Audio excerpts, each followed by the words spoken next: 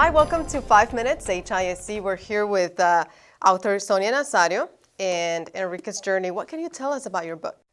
My book is looking at the millions of single mothers who have come to the U.S. from Mexico, Central America.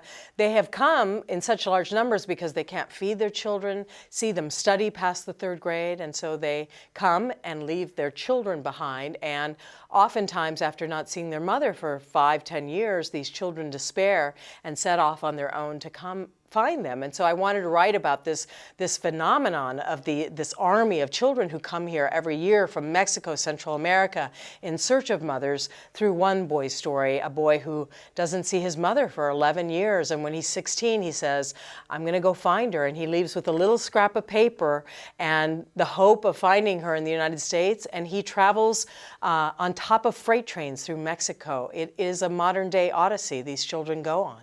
But you yourself did this journey. Tell us about it.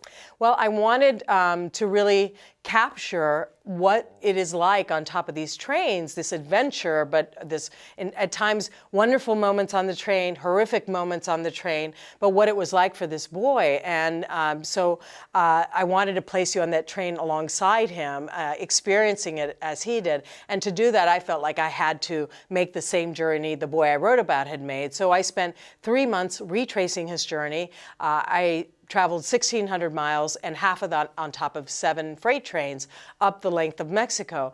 And I faced some of the same things these children face. Bandits who will rob and rape you and kill you, gangsters who control the train tops and will roam from car to car and grab you and rob you and throw you down to the wheels below, getting on and off moving freight trains, which many children lose arms and legs, and their life is doing this. So I wanted to experience that as much as I could, to see it through their eyes, to really convey in the most powerful way possible to Americans, what is this like? What are these children willing to do to be in their mother's arms? It's a universal story of a child willing to go through a hostile world to be with his mother.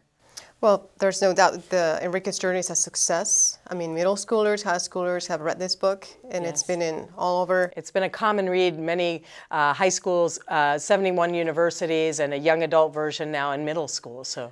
But as a district, what's your message? What can we do?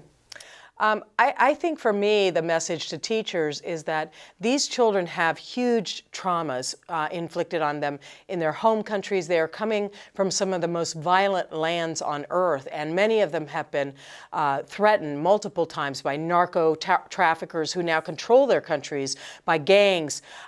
They are fleeing for their very lives, and so I wanted them to really understand they've been through these traumas there, these incredible traumas riding on top of that freight train through Mexico, oftentimes for months, and then traumas coming here because they're arriving in the moment of greatest hostility towards immigrants since the Great Depression. They're learning a new culture and language, and parents who are very ill-equipped to help them. They've gone to the 3rd or 6th grade, can't help with their homework, and really don't know the educational system. So, and also the problems with their parents we have to deal with as teachers, I think, because many children say, you throw it in their parents' faces, you said you were coming back in 1 year, why didn't you come back for me? And they feel abandoned, they feel resentment, they walk up to the line of hating their parents for leaving them. This produces this burning resentment and huge conflicts in these homes. And until educators address those mental health effects of all of those traumas, these children cannot focus on their studies. So there are many other people who can explain the best ways to teach English. But what I stress is those traumas must be addressed. And I think newcomer schools are a really great way to do that. Houston has 2, and hopefully we'll have many more in the future, but where you segregate out these kids and you let them kind of be together and get more psychological counseling and have teachers who have lived these separations and can really help these children progress and deal with all these issues. Definitely. Well, thank you so much for joining us. Thank you. Thank you. This was 5 Minutes with HISD.